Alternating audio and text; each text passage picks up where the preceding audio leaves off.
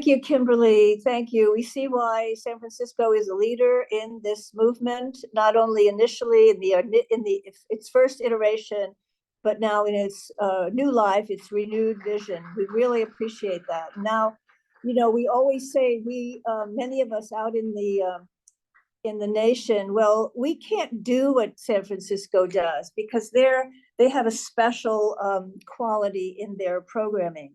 But now we think we can. You've laid out the challenge, but I think you're right. We can be like San Francisco, renew ourselves, take ourselves forward, and bringing human rights to the community level. And we had invited Joshua Cooper from the United Nations Association, who was part of the beginning program in Hawaii, in Honolulu, and then a city ordinance and then a state ordinance, which is most unusual.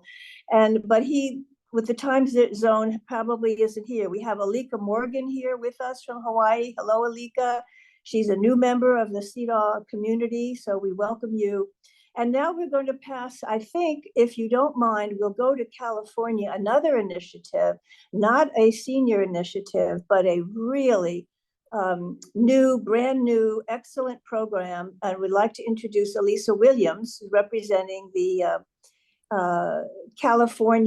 the Los Angeles County Women and Girls Initiative, which is embedding CEDAW principles into a very interesting model that she's going to tell us about. Elisa works in programming and development with this Women and Girls Initiative, and it's a very impressive program, and I'm sure you're going to agree with me. Elisa. Thank you. Good morning and afternoon. I echo Director Ellis's sentiments, and thank you, Gail and Elahi, for this opportunity to share some of Los Angeles County's successes with implementing CEDAW through our Gender Impact Assessment, or GIA.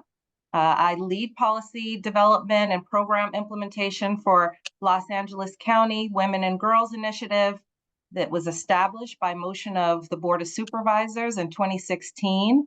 And WGI, what we call ourselves, was tasked at that time with applying a gender lens when the county acts as an employer, a service provider, and a partner, and to ultimately improve outcomes for all women and girls.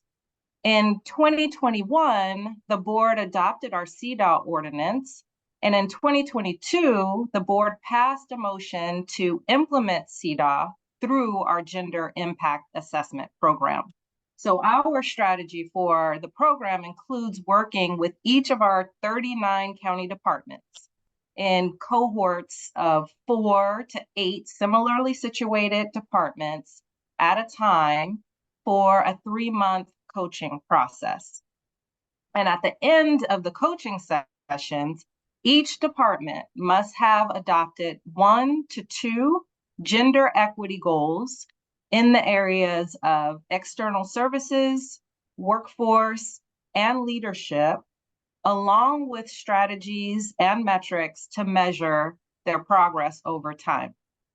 So the goals of our Board of Supervisors and our Chief Executive Officer are to, 1, establish gender equity goals, to increase gender equity, and to advance gender data maturity throughout the county.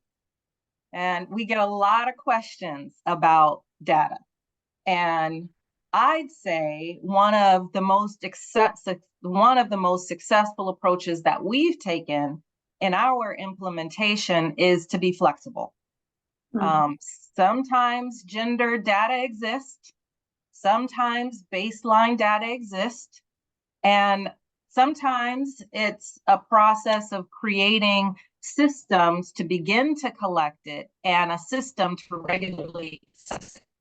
And we think that that's where there's no substantive data, we look to begin the discussion with observational and anecdotal data, and then we build from there. We found that folks on the ground know best about where the gaps exist, And then once they understand the concept of gender equity and what that really means, then it becomes a process of discovery and then validation, and then ultimately the process of improvements. So along these same lines, we strive to take an easy, I guess, approach to coaching, for lack of a better term. We understand that these concepts are not always easy, that perhaps this is the first time that folks are looking at the world in this new way. So we begin the process with different modalities to allow space for their brains to expand, for lack of a better term, and then we facilitate and watch as their hearts follow. We strive to create a supportive environment, a warm tone, and really a safe space for them to learn.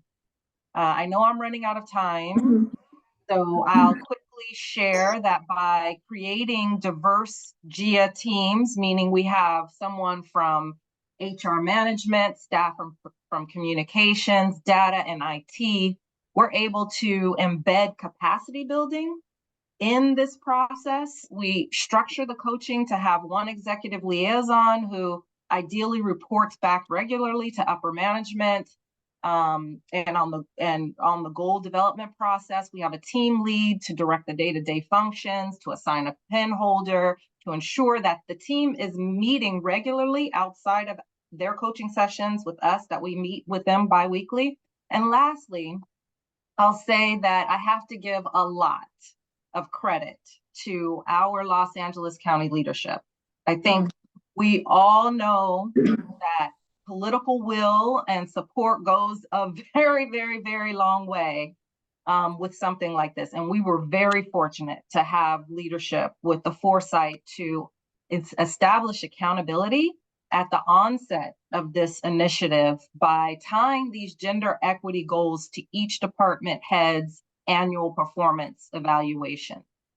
And then lastly, as far as outcomes, we have some system changes and impact outcomes, but as we're saying that we're still very early in the data collection process. We're with our final cohort now.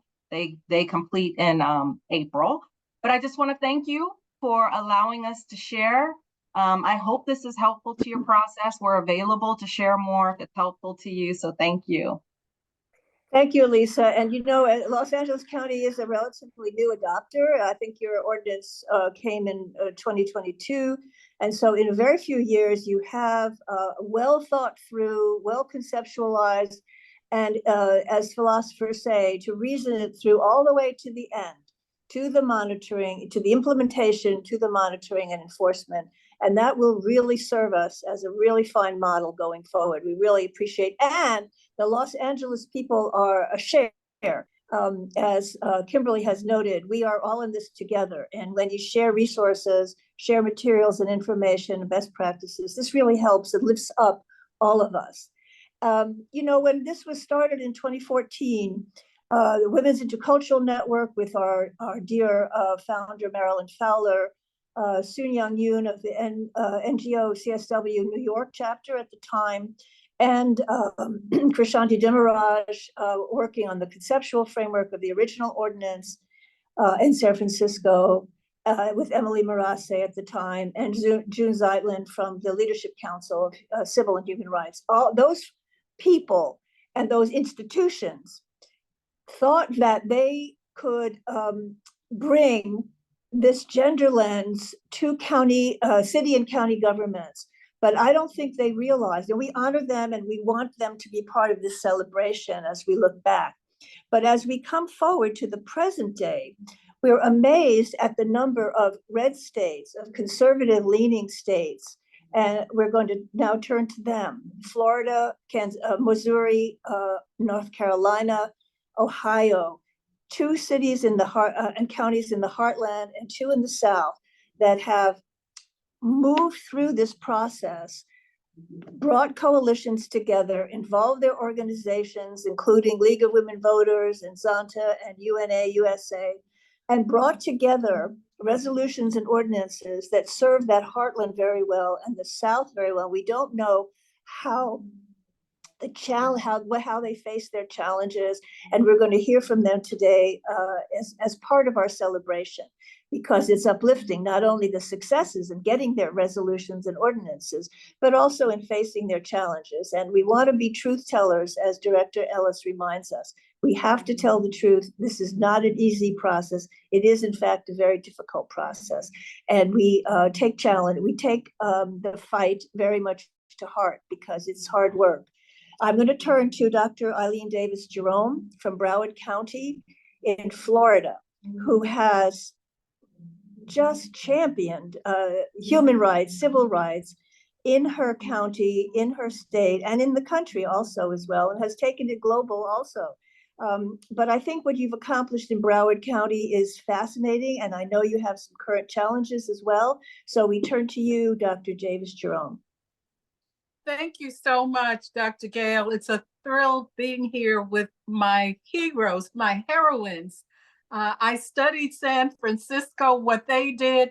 I was introduced to CEDAW by Tampa, who had completed a resolution while I was with the United Nations Association in Washington on Capitol Hill, lobbying for full funding for the UN. Yes, I'm a civil rights foot soldier. I marched with Dr. Martin Luther King as a child for civil rights, and women's rights are civil rights. So I've been marching ever since. I travel internationally. I just came back with a group from 8 countries overseas, from the Middle East through East Africa. I love to travel with my buddies. I'm an educator. I'm a retired educator, although we never retire. It's a calling. But in that, I'm able to see other groups of women because we visit UNESCO World Heritage Sites, and typically where there's a site, there's a group of women locally that are working to preserve and support their culture, and in many ways feel that they don't have the freedom that they should.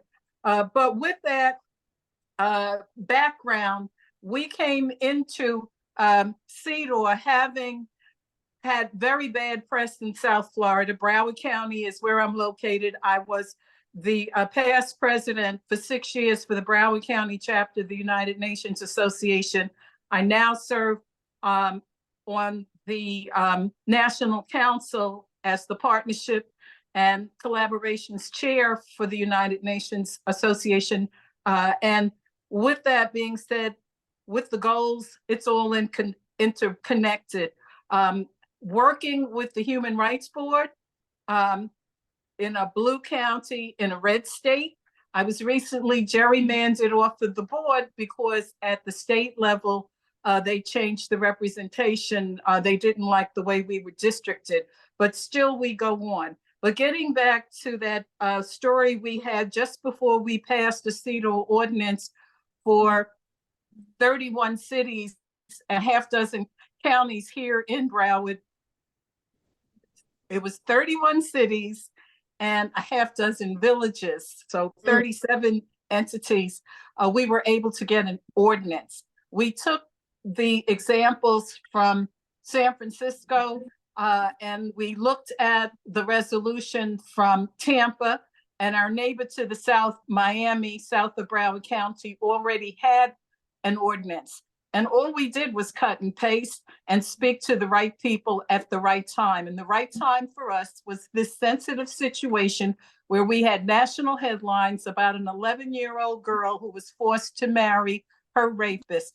It appeared that here in Florida, we had a loophole in the law that although I believe it was the age of 16 or 17 was consenting age for a girl to get married, if she was 11 and her parents signed to allow her to marry the father of the child, he got off the hook and she became a victim. So with that, we pushed it a little bit because the one thing I learned with that is that women's rights are nonpartisan. When it comes to our bodies, when it comes to our children, there was not a woman who could not sympathize with that.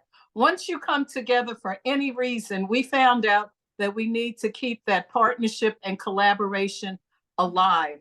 by very easily cutting and pasting the legislation examples that were already there, by working with lawyers that were already being paid by the county, working on the Human Rights Board. We presented to our county commission the ordinance. My experience working with the Human Rights Board, we get lots of resolutions that go to the county commission, and we know that resolutions show promise and a compassion for a season and a reason. But after a while, a resolution is a word salad, and we needed policy to protect our women. Mhm. And the one thing we've learned in a blue state is that women on both sides of the aisle, or who have voted for people on both sides of the aisle in many respects, share the same concerns. I'm a mother, I'm a grandmother, and I know what I would want for my child. Looking at what's happening here right now, and I will be putting things in the chat room for you to look at and consider what might be worthy of passing on. We have our ordinance. In 2019, it was passed for the convention, the elimination of all kinds of discrimination against women. We did have to compromise. We do not have enough to determine how well we're doing right now, because we had the ordinance passed in 2019, and right afterwards we had COVID. So the data is probably a little skewed. We decided that instead of looking at the data and reevaluating every year with the help of Florida International University, we would look at the data every 2 years where we've had more time to study. So in 2022, we had our first evaluation, and the next one is being done now in 2024. So we will have more information. But we continue to march for our rights, and we need to know that each time we move forward, sometimes we feel like we're taking 2 steps back. With Roe v. Wade and with affirmative action being challenged, we know, and I know coming out of the civil rights era, that the Civil Rights Act, actually people look at it as something that helped people of color, and it did, but the largest demographic group to benefit from the Civil Rights Act were white women in this country, because we merged with the women's rights movement. And actually, when we presented to our county commission our ordinance argument, we had it presented by a gentleman. He took the podium first. He was the chair of our Human Rights Board, which is the habit. And those of us representing several organizations, including the Commission on the Status of Women, United Nations Association, our sororities, and other organizations that support UNA USA, we were able to get a consensus actually before we went to that commission meeting on November 4th, 2019, to get it passed. And we had unanimous passing by our county commission. No one wanted to stand alone against women. I would say that the biggest thing we've learned moving forward, and that others can benefit with, is that when there's a lot of commotion regarding any issue, be it climate, be it budget, be it school board issues, we know that half the women in every room, half the people in every room are women. Women that have concerns for their children.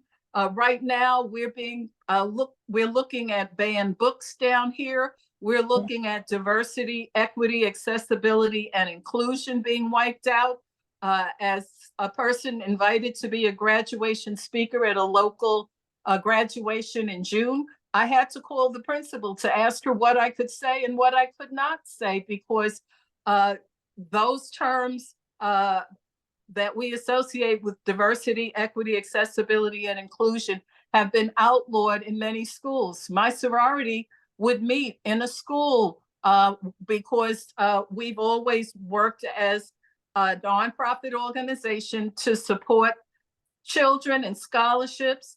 and the diversity, equity, accessibility, and inclusion new legislation, because of that, we got letters saying that we can no longer meet in those schools where we were meeting because they're funded with taxpayer money. So if you work with United Nations Association, it's really hard to get away from diversity, equity, accessibility, and inclusion. So the moral that I have discovered is that if there's a threat of litigation, or if there is a cause, a celeb that everyone's talking about, that's the time to gather all of your colleagues, the people that work with you, and make sure that when you go to the board meetings, whether they're the school board, the county commission, we have asked all of our members to join every board there is in town, because we know that those who are at the top state level started at the school board, at the county commission, and on all of the local advisory boards. It so happened that I was gerrymandered off of my board. If you know Parkland school shooting and Marjorie Stoneman Douglas, they're in my service area. And I've had members of my UNA chapter who had children that attended those schools. Jared Moskowitz became our county commission because of the guns. And we actually got a gun bill passed. Who would have thought, in Florida? Not the number one that we would have had, but it became a model nationally because it covered so much that other states just weren't able to even touch. So we're still pushing on that, and we're still keeping our collaborators close. The one lesson I've learned with that is that when you keep them close, when they do their fundraising, when they need people to speak up for them, you have to be there for them as well. And we do. That is how we've become so intergenerational. We're intergenerational, we're multicultural, and we want to make sure that when there is any issue, whether it's climate, whether it's parking, whatever, we know that all the marginalized groups have to come together and understand that when one group's rights are being violated, we're all being hurt. And informal networks have been very, very helpful. We have neighbors to the south, we have neighbors to the north. We frequently attend meetings in Palm Beach County, in Miami. We have the Florida International Trade and Cultural Expo, where we have dignitaries from every continent, every country coming to South Florida for vacations.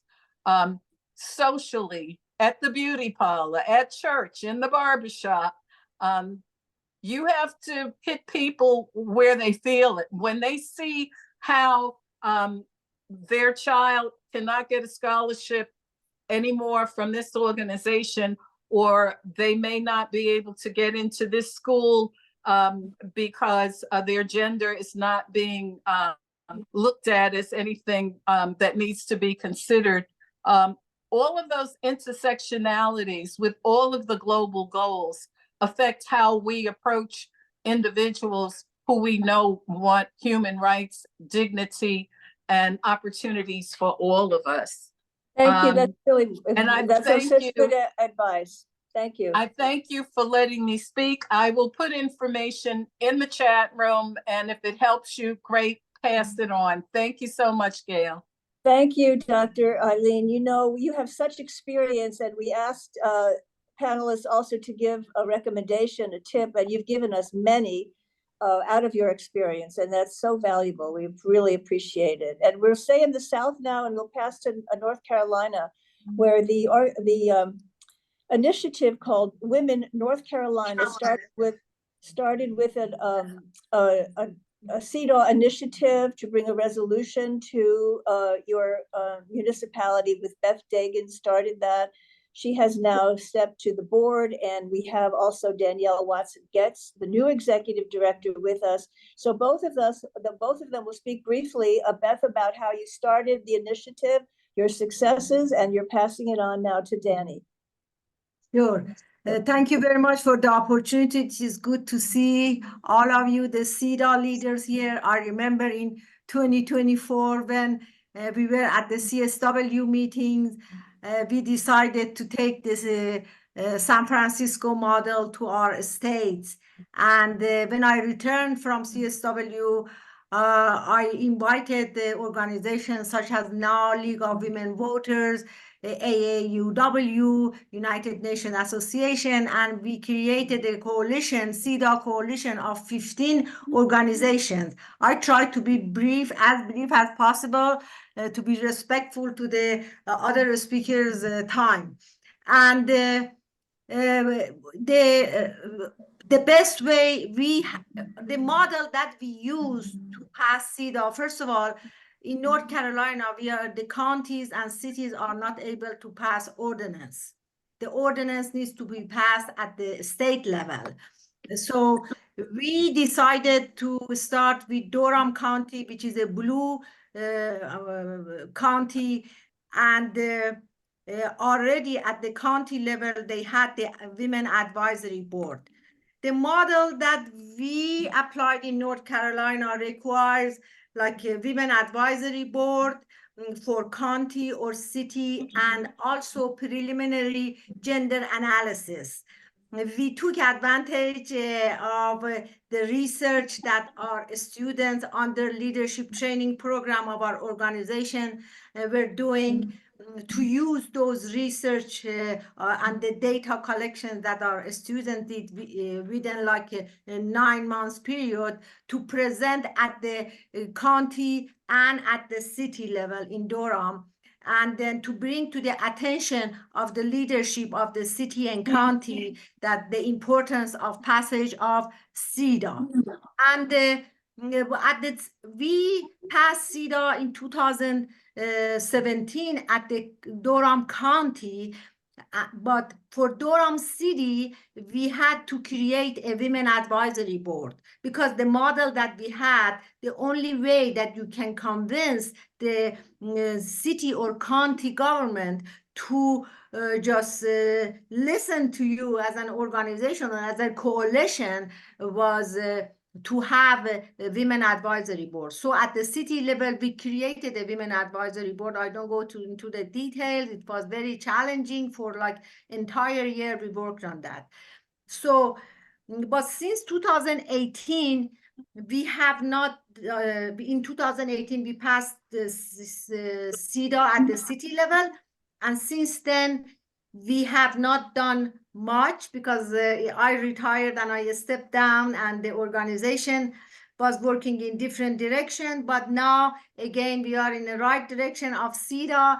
As you know, the name of our organization is Women NC North Carolina Committee for CSW and CEDAW. So CEDAW is part of the really main core of the organization. Now I let Danielle to talk about our next step, that we just started a new project with the universities to continue our work on Cities for CEDAW in North Carolina. Thank you, Beth. Thank you very much. And Danielle Watson-Getz, new executive director. Thank you. As mentioned, yes, I'm the new executive director, and I am so excited to just keep moving forward with the CEDAW initiative in North Carolina. Really, really exciting news is that we are hoping to, I have a proposal right now that's at the second level, collaborate with the University of North Carolina at Chapel Hill for their Masters of Public Health program. They're looking to do something with their capstone students and giving us 720 hours of community service. And with that, we would like to reenact and pretty much duplicate what we did in Durham in Greensboro, North Carolina. So hopefully that is where we will move next. Greensboro already has an oversight body. So really we have one of those 3 steps for CEDAW already done. We just need to have our funding analysis and also have our gender analysis done. And then we can have another county and hopefully just keep, or another city, and just keep replicating this throughout the state and get more counties and cities for CEDAW in North Carolina. Thank you, and good luck with that. You know, you have the founder with you, and you have a new director that's very exciting in North Carolina. So we know that work can take place despite the challenges. And I'd love to hear from Benita Robinson from Toledo, Ohio, who is also a new executive director in Toledo, who had their new ordinance during CSW a year or two ago, and we celebrated that at the time. So I turn over to you, Benita. Thank you. Thank you for having me. Again, my name is Benita Robinson. My official title is Gender Equity Manager with the City of Toledo, and I am housed in the Diversity, Equity, and Inclusion Department, which I'll talk a bit about in a second. So really quickly, Toledo passed their ordinance in March of 2022 with the amazing support and help of many women's organizations based in Toledo. The ordinance has three primary pillars, the first being the formation of a CEDAW Gender Equity Commission of 14 members, 12 of which are community members. The second pillar being hiring a gender equity manager, of course, my position. And then the third pillar, which is conducting a gender equity analysis. So I want to talk about the successes. I've been in my role for a year, so obviously I wasn't around during the passing of the ordinance. But since I've been a part of this movement in Toledo, I think one of the things I would love to brag on first is our Gender Equity Commission. They are mayor appointed, and we have a group of very diverse women with expertise from various areas that have really advocated for this work to be streamlined and also just have a stronghold in the community, especially around women's groups that have, and they've garnered a lot of support for this work. The second part is, which I'm really, really excited about, is that we are working on an issue that I think intersects with all of the areas that the CEDAW Treaty outlines as priorities for eliminating discrimination, which is universal child care. And so this was something that was actually attempted some years ago and unfortunately failed because it was kind of compiled with other issues on the ballot that residents did not support. And so we're actually working with some local organizations to get universal child care on the ballot for City of Toledo this November. So we're really, really excited about that and think that will make a great impact in our community. The next thing I want to say as far as successes is that we're really blessed in that we were given a budget this year, and a part of that budget was $100,000 granted to conduct our gender equity analysis. And I want to say how blessed we are for that, because I know a lot of cities are struggling with getting money for the work, for the implementation, for data collection and all of those things. What I want to talk about as far as challenges is, number one, I think that because I'm housed in a DEI office, obviously, to earlier points, there has been a lot of attacks on DEI, and it hasn't, in some spaces it has, but in our area, our city is blue, the state is red though. And so we're really concerned about some of that legislation starting to trickle into government. And so the city has been trying to put some mechanisms in place to protect our department. And so that's obviously a challenge, along with all of the anti-LGBTQ legislation, all of the anti-DEI legislation. That's directly counter to the work that we're trying to do with gender equity. And so I really want to highlight that, because we're in our city, we framed it as not only working for women and girls, but all minoritized genders. And so that has been a huge challenge for us, is kind of countering some of that legislation. The second that I want to put out there is the status quo of government, and how hard it is to make change in government. It's a very slow process. Government is historically hierarchical. There's people who were excited to see me come, but now they're scared because they're starting to see the changes that could potentially happen. And so, we're working to be really collaborative and make sure that we're including their voices and their concerns to make sure they're as comfortable as possible through the process. The last thing I mentioned, and I know I only have a few seconds left, is the issue of reproductive justice.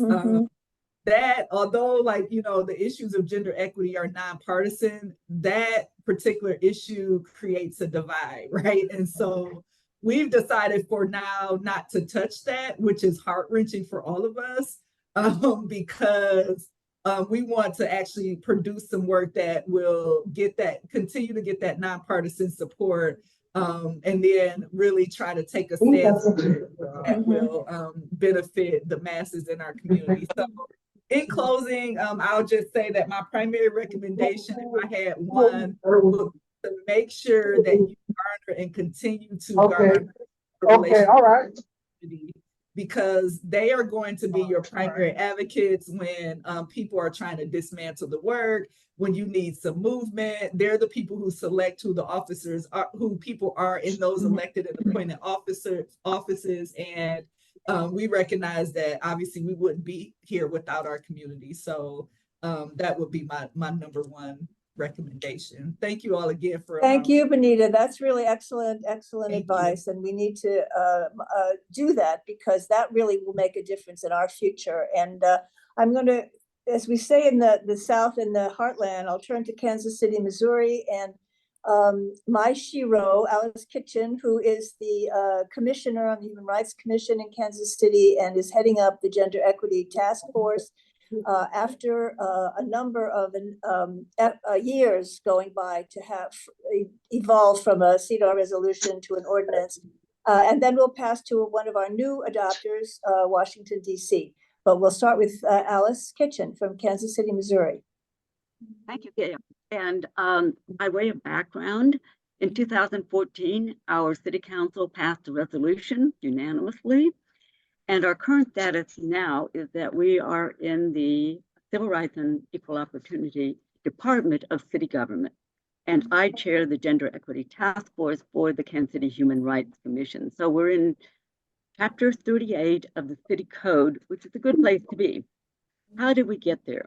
Well, this is 3 city councils, and 2 mayors later. And we didn't get an ordinance because they weren't receptive. We didn't get a commission because they had too many commissions and nobody to monitor them. However, we're in a better position because we're inside city government and we have staff and a budget and regulatory and investigative authorities. But we got there backwards. We got a gender study. We got the city manager to appropriate $75,000 to study the whole workforce of the city, except for the unions who pay the same salaries. After we got that report, we took our highlighters and went through every section and every salary of every job code and pointed out what needed to change. And we said in the RFP that went out, it should be equity and not equality or job code range. However, what we got was the other, and so now we're working towards equity in the salaries. And we're working with the Human Resources Department. Important factor, keep your relationships good with the people you need to be tied to. And so we work with them. They didn't agree with any of our questions or criticisms. We got an ordinance passed in the city to eliminate salary history as it's used in hiring people.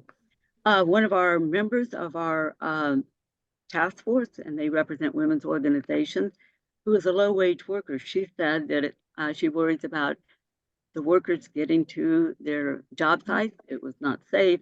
The lighting wasn't good. There were lots of questions. And we went to the authorities of the ATA and talked to them. We were also concerned that the jobs were not laid out so women could get them, and that women bus drivers needed to have better hours. Well, what we found out, much to our surprise, was that the bus drivers were women. However, in the meantime, with all that, influence, so to speak, the city decided to make bus fares free. So that's a good thing. However, people who don't have homes were riding the buses, and then it became less safe. So we're going backwards again. However, we're not deterred. And so in reproductive rights, as you have heard, the Dobbs decision happened during our early days, and we came together, made a statement at the city council meeting, and we were thrilled that the city council had also mandated to the health department and in all their insurance plans coverage that women who needed those services were covered.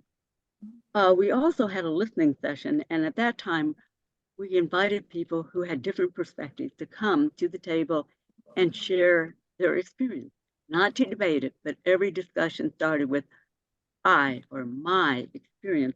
And we had women who had abortions, who were pro-life leaders, women who were told not to have an abortion but had a wonderful child, and nurses and young people.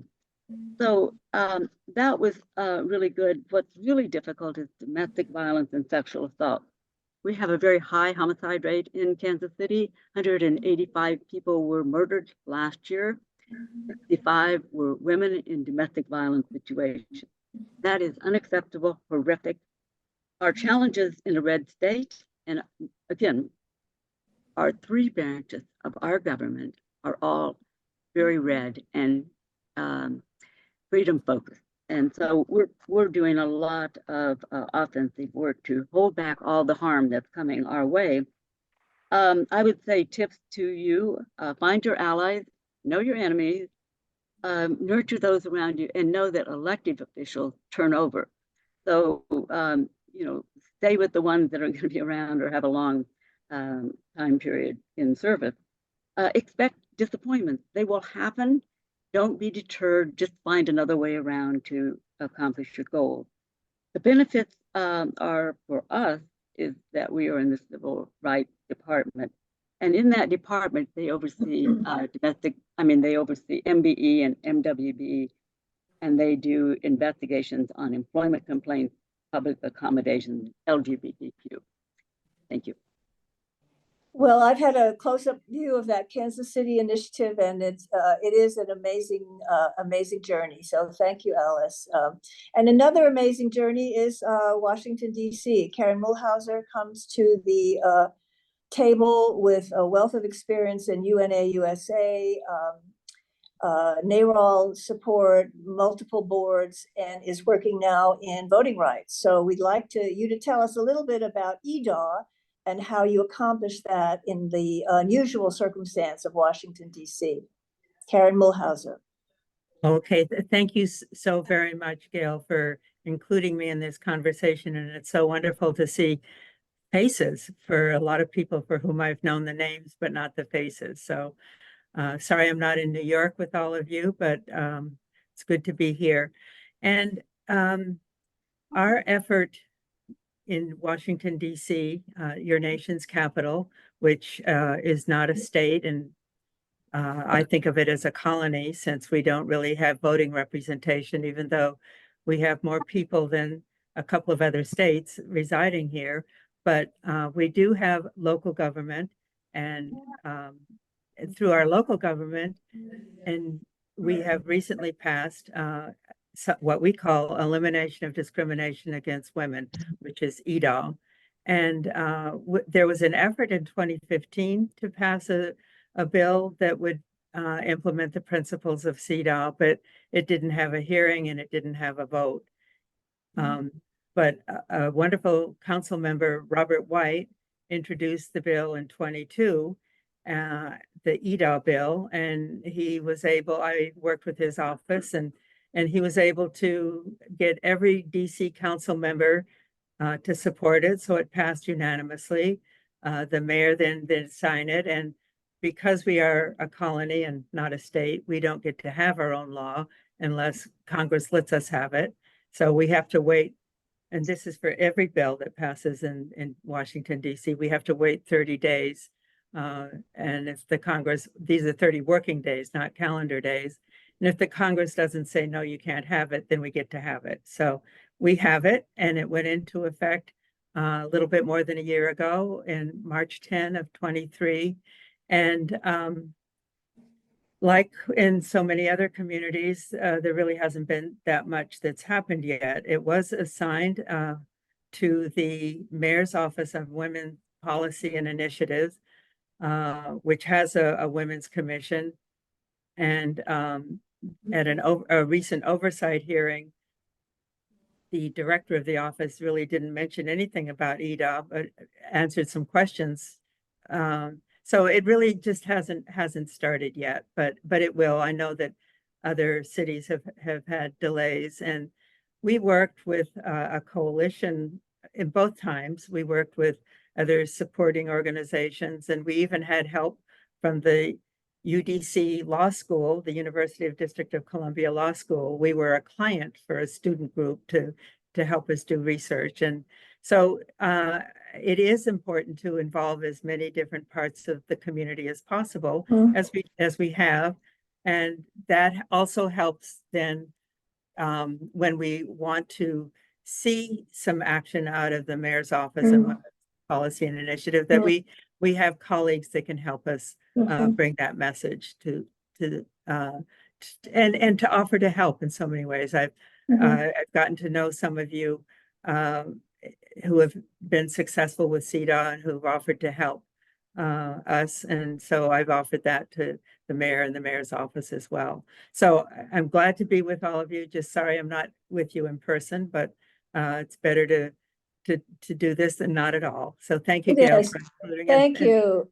Thank you for sharing that, because it's an unusual circumstance, and that's why I wanted, this is an unusual panel. I wanted a lot of people. I know it's hard with time on a Zoom, but we wanted to show the diversity demographically, geographically, and also the nature of your programs. They're all different, really, but we know that the adherence to gender principles, CEDAW principles, really is the inspiration.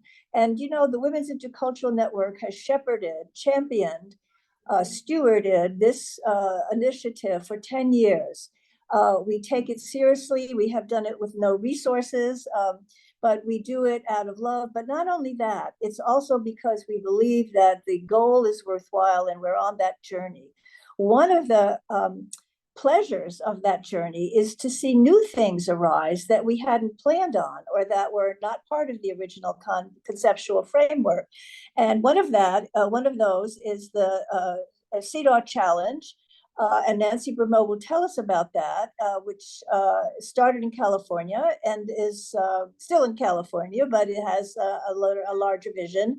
And Jessica Buchleitner, who is based in Germany right now, but who was one of the mentees of Marilyn Fowler, worked in Women's Intercultural Network, and has taken that into the private sector, so that gender equity principles, CEDAW principles, can be embedded in the corporate realm and in entrepreneurship. And so both of you will share with us a little bit of a new phase of taking CEDAW forward into the future and how all our paths merge. We believe in coalition building, and we're all part of this coalition.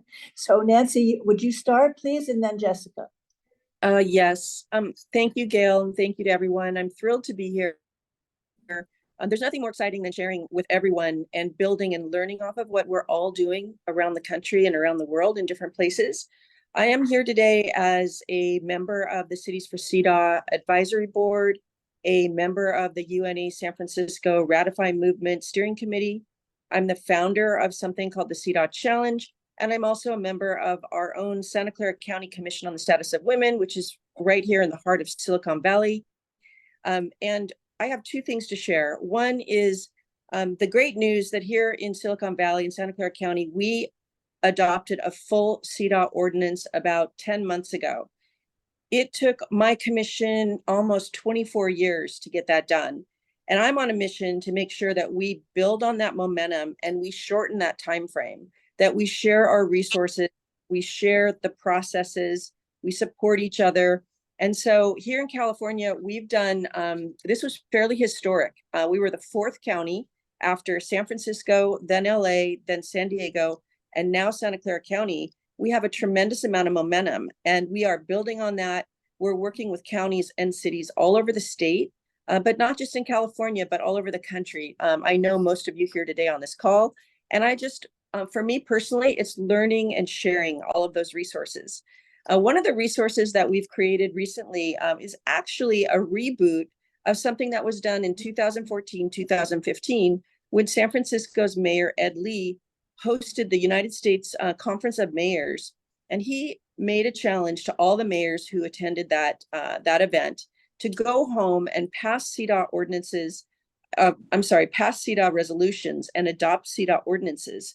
And Mayor Garcetti in Los Angeles was the first and probably most famous one who went home here, had a CEDAW ordinance adopted and began implementing it. So what we did in 2021 is we relaunched that challenge using one of our Santa Clara County supervisors. Her name is Susan Ellenberg. She's the current board president, who took the version 2.0 CEDAW challenge to our California State Association of Counties and relaunched it there. You will see in the chat, I put the link to the challenge in there. The purpose of the CEDAW challenge is to begin the conversations with your elected officials. So I will add my email address in there. I'm available to help or to help you design how to bring that forward and how to use it.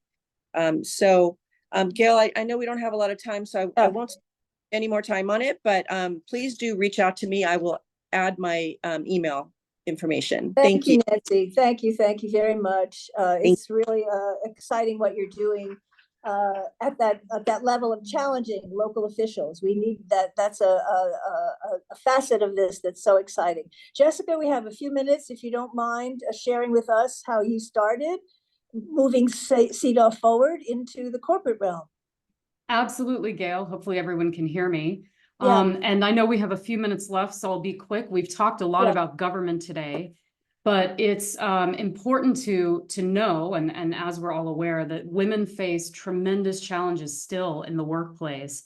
And so if we can get CEDAW into the workplace, we can make progress with CEDAW even further than what we can also in cities and counties. To share a few numbers with you, in the US, 43% of highly qualified women with children end up leaving their careers or off-ramp for a period of time, and this gets them in some trouble. They end up in what is called the motherhood penalty, where for the same career, they're growing at a much slower pace than their male counterpart. So that's one fact that we're all aware of.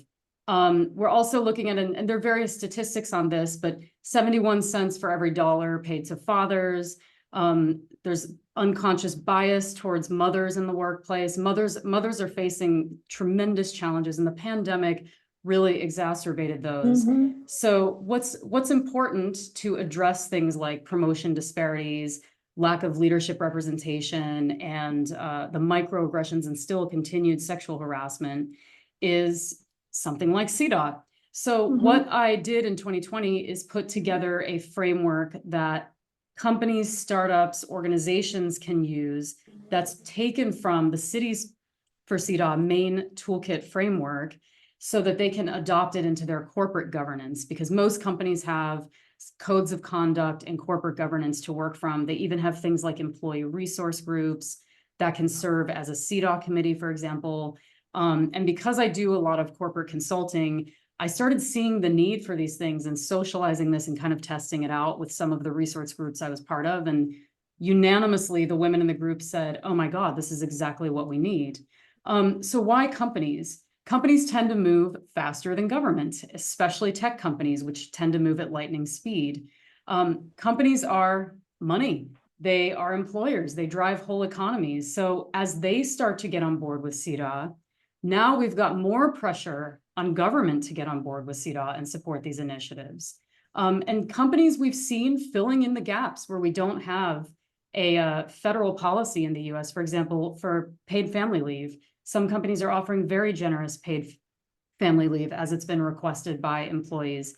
After the Dobbs decision came down, we saw some companies stand up and say, we'll pay for your abortion, the aftercare, we'll give you time off. So we've seen evidence of this being successful. So I will drop the website into the chat. I know we don't have much time left on the panel, but you can all check out the framework. I made a video for it. And if you know any companies that are interested, get them in touch with me.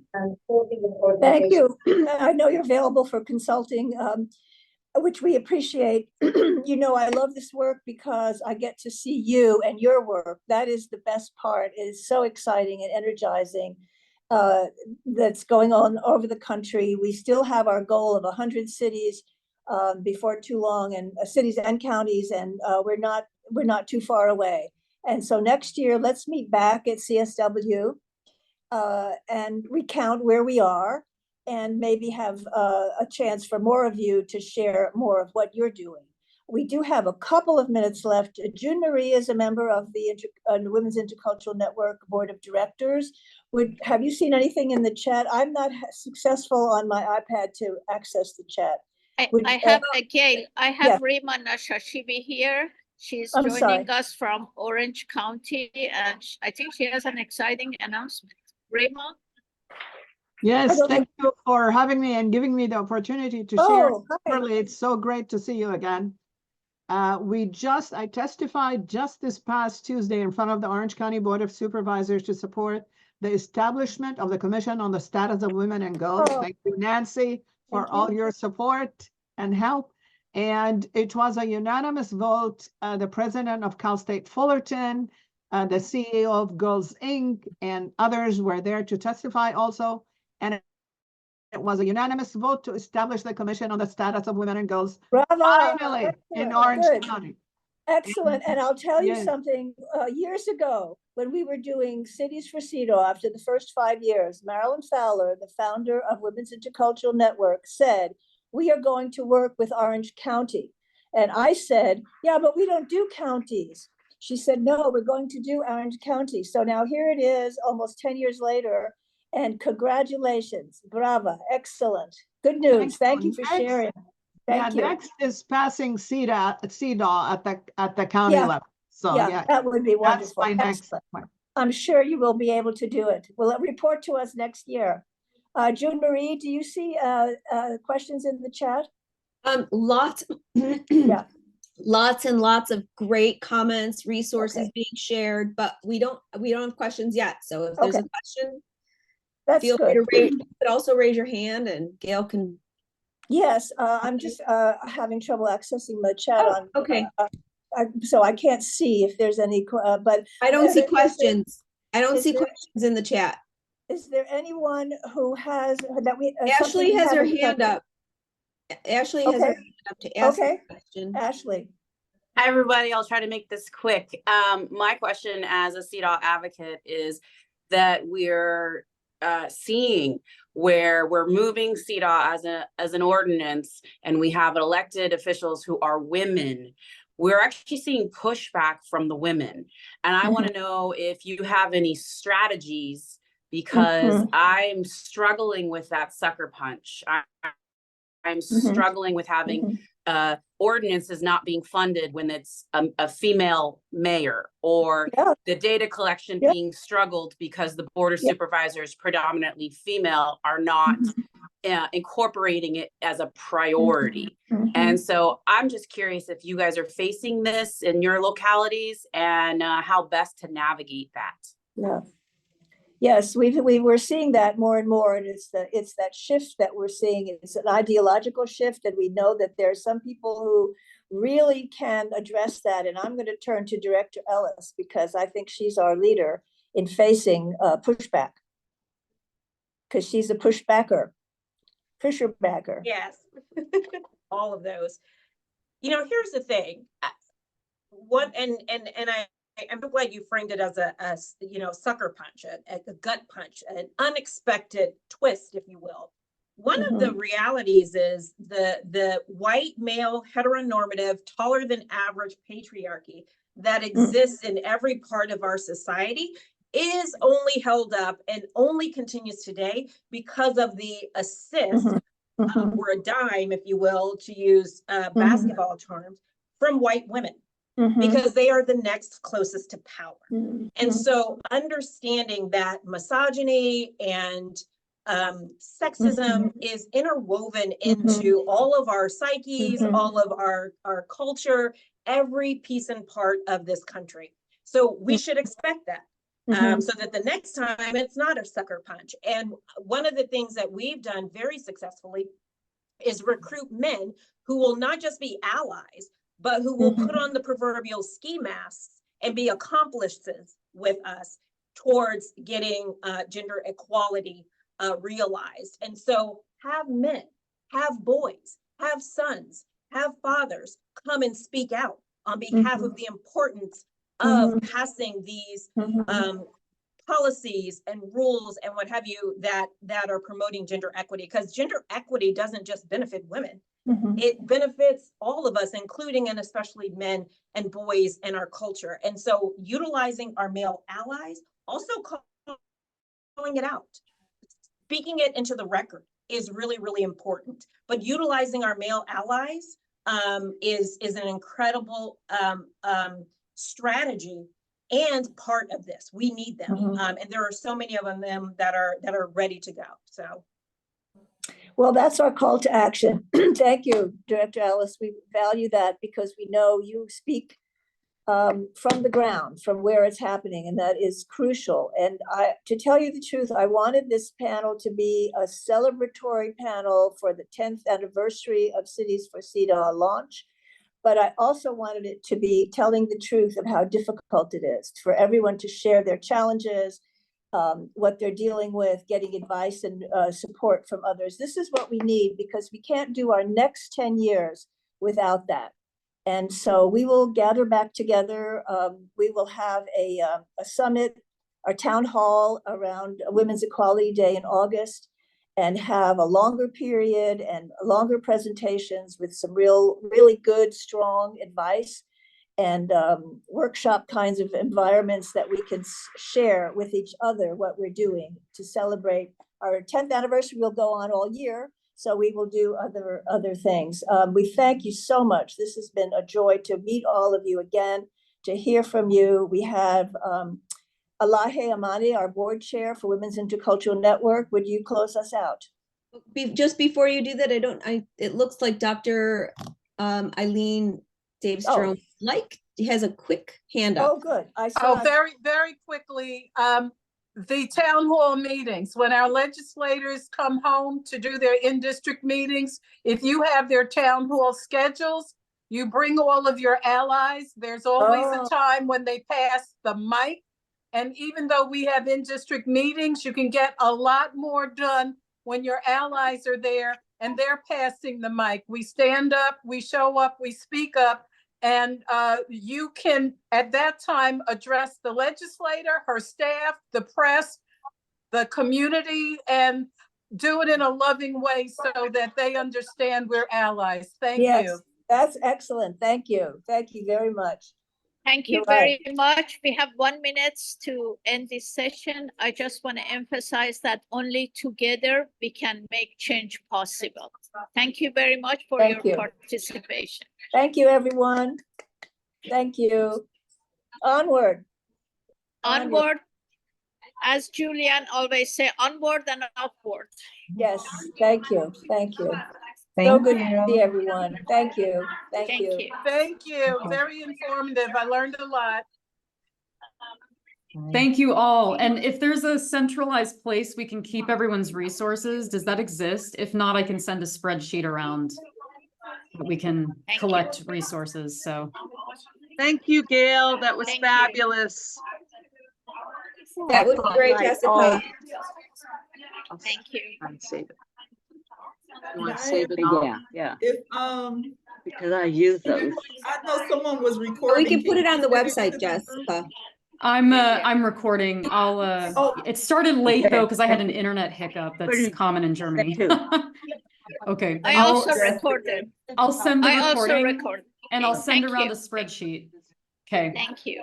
Thank you. Bye, everyone. Thank you. See you all soon. Now. Good work. Yay. We're in this together. Hi, Anna.